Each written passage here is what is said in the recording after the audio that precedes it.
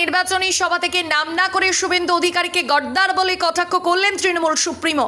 বর্ধমান দুর্গাপুর ও বর্ধমান পূর্ব লোকসভা কেন্দ্রে তৃণমূল কংগ্রেসের দুই প্রার্থী কীর্তি আজাদ ও শর্মিলা সরকারের সমর্থনে পূর্ব বর্ধমানের ভাতারের এডওয়ার্ড স্কুল মাঠে নির্বাচনী সভা হয়।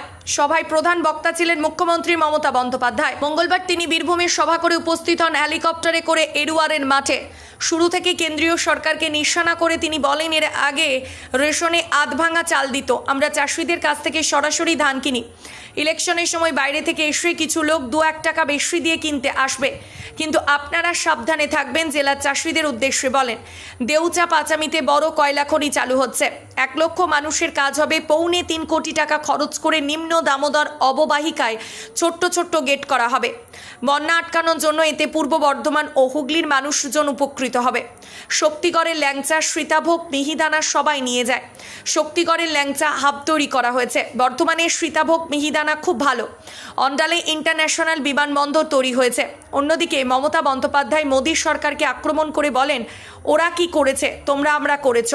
বিজেপি না করলে খেতে দেওয়া হবে না, এনআরসি করা হবে। মোদীর নাম না করে মমতা বলেন, ঘুম থেকে উঠলেই প্রচার বাবুর মুখ। প্রচার বাবুর মুখ সকালে চা খাওয়ার সময়, দুপুরে খাবার সময়, কোন ধর্ম কোন ভাষায় কথা বলবে, কে কি খাবে। বিজেপি না করলে বলছে খেতে দেওয়া হবে না, অধিকার কেড়ে নেওয়া হবে।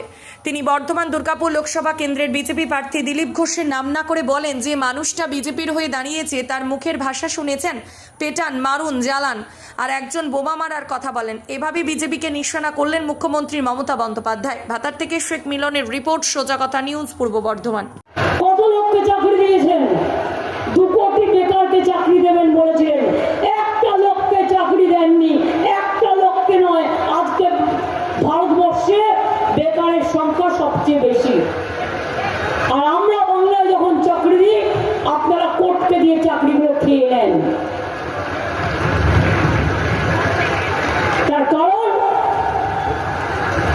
ওরা তো আমাদের আন্ডারে নয়, আপনাদের আন্ডারে। আপনারা চাকরিগুলো না খেয়ে নিয়ে যদি বলতেন, আমি রায়দান সম্পর্কে বলছি, বিচারকের নাম আমি বলছি না, আমার প্রয়োজন পড়ে না, সবাই দেখেছেন।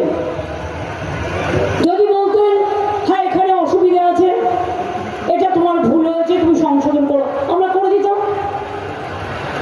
ভুল তো যে কোনো কেউ করে বলতে পারে, সবটা কি আমি করি? আমি করি না। এডুকেশন ডিপার্টমেন্ট আলাদা ডিপার্টমেন্ট আছে, এসএসসি আলাদা আছে, প্রাইমারি এড বোর্ড আলাদা আছে, মাধ্যমিক বোর্ড আলাদা আছে, কলেজ কমিশন আলাদা আছে। এগুলো তারা দেখেন। যদি আপনারা বলতেন, সেটাও না হয় আমরা চেষ্টা করে দেখতাম। আজকে বলুন তো, যারা একতরফা রায় দিয়ে 26,000 ছেলে মেয়ের চাকরি খেয়ে নিলেন, আর কি বললেন? বললেন 1 মাসের মধ্যে এই 8 বছরের মাইনে সুদ সহ ফেরত দিতে হবে। পারবেন?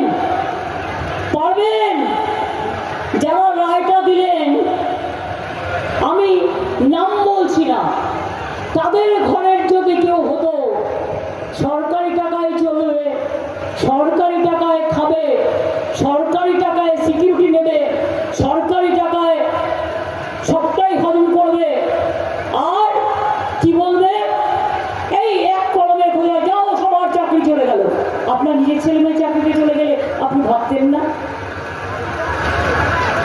একবার ভাবতেন না?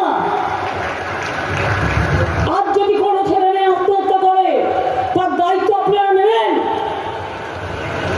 আমি সেই জন্যই বলছি, চিন্তা করবেন না, আমরা আমাদের সাধ্য মতো আমরা চেষ্টা করব, এবং আমরা মানুষের পাশে আছি। যে শিক্ষক শিক্ষিকারা স্কুলে চাকরি করছেন 8 বছর ধরে, তাদের একটা সামাজিক সম্মান হয়নি?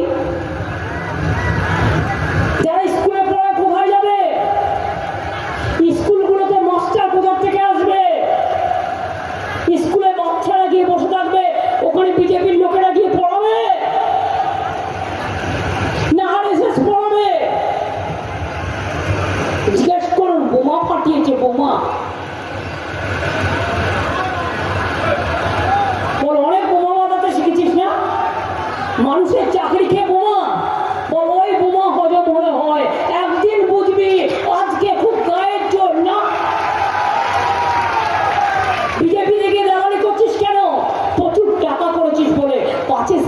ধরে, পাছে ইডি ধরে, পাছে এনআইএ ধরে।